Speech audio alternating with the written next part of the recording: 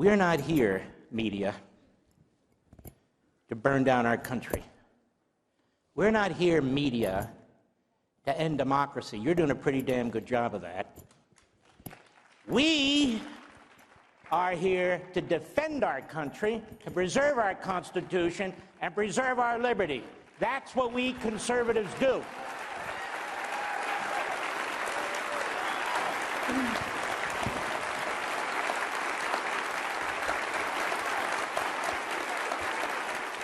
You want to talk about dictatorships? Let's talk about dictatorships.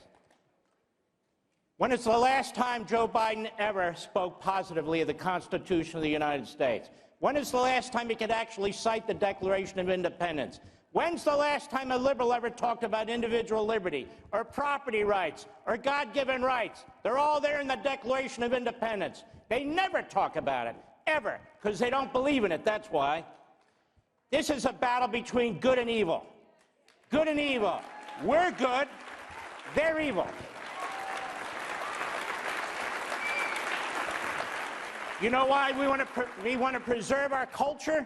The American culture, which combines all cultures into an American culture, because it's the greatest culture on the face of the earth. Americans aren't swarming into other countries.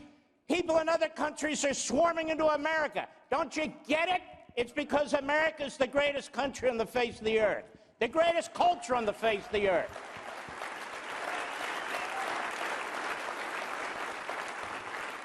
And no matter what you call us, your damnable lies, mouthpieces for the Democrat Party, mouthpieces for Hamas, you're not going to change a damn one of us. Not one of us. We are not going to give up. Our ancestors fought for this country. My ancestors fought for this country. We talk about World War II. We talk about Europe. My ancestors shed blood in Europe. My ancestors shed blood all through Iwo Jima, Guadalcanal, Guam. I don't need lectures from some candy ass at CNN about how we defend our country. I can tell you that.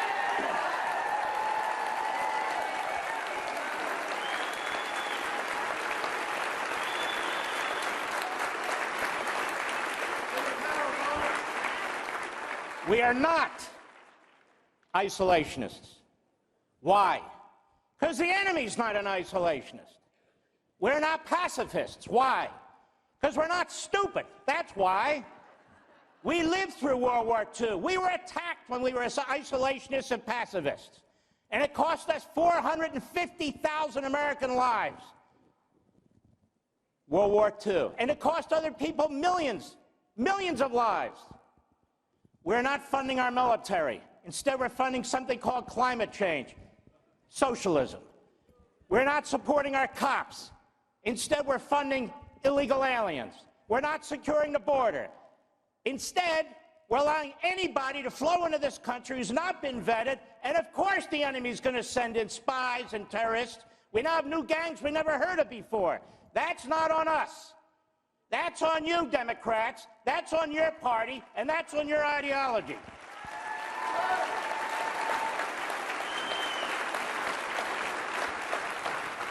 They love to talk about a free press. I wish we had one.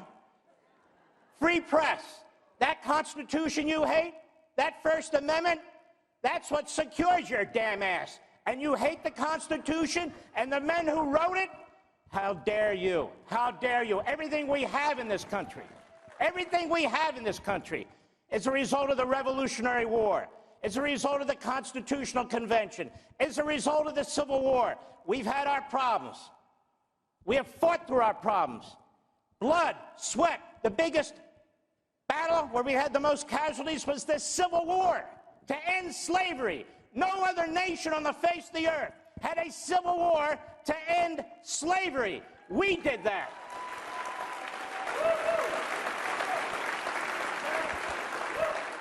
And we're not going to be fooled. That little state of Israel, those people want to live. They want to be free. They want to be left alone. God put those people there 5,000 years ago.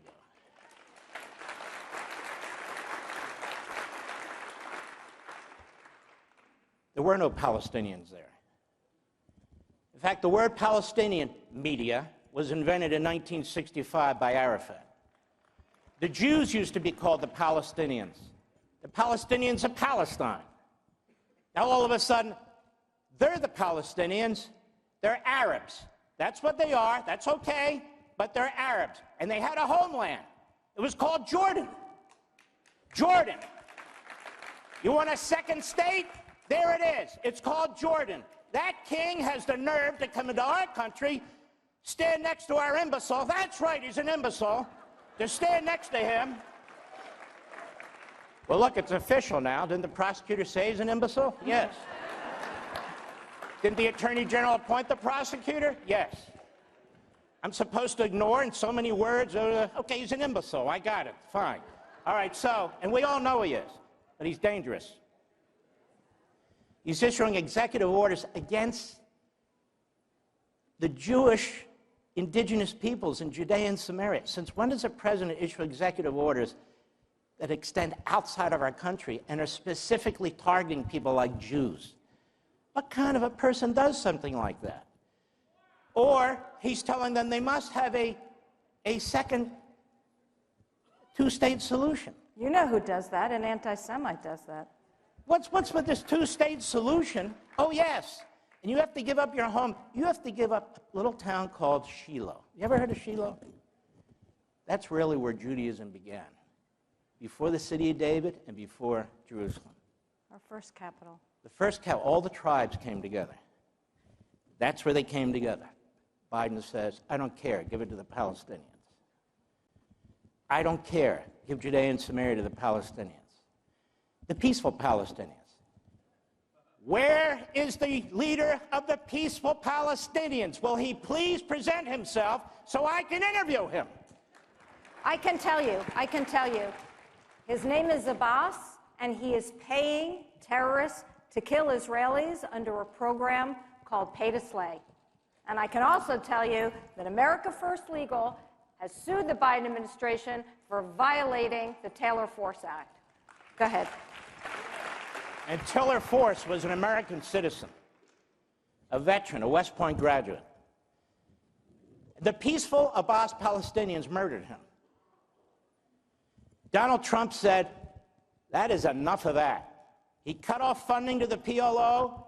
He cut off funding to UNRWA that works with Hamas. He cut off Iran and put his foot on their throat. He cut them all off. Iran was on its back.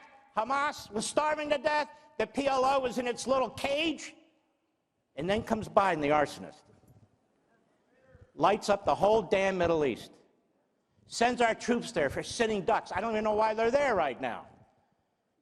Iran, through its proxies, murder 3 of our citizens. And what's his response? Does he hit Iran? No. What did Reagan do when they hit one of our freighters? He destroyed half their Navy. What did Trump do when he said that's enough? He took out Soleimani. What does Biden do? He wants to take out Bibi Netanyahu and he's attacking the Israelis. This is serious. And I understand this gentleman here. Nobody's suffering like him. And he raises good questions about how this happened. And they need to pursue it and they need to figure it out. And I don't blame him. If that was my son, I'd move heaven and earth. Because these people are not just kidnappers. They're torturers. They're sadistic. They're rapists. And I'll just say one last thing. There was a report put out last week, I couldn't even read it, about what was done to these people at that festival.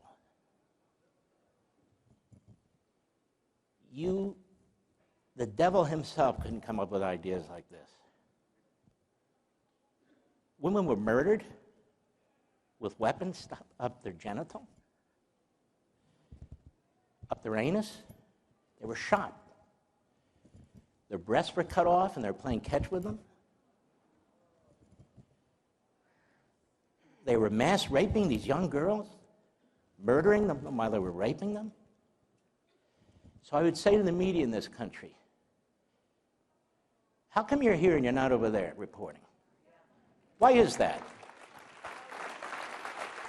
Some of you were over there, and you're actually helping the Hamas on October 7th. I was just going to add, Somebody just got a Pulitzer Prize for it. And the Associated Press just got sued for having some reporters embedded on October 7th. So they knew it was happening.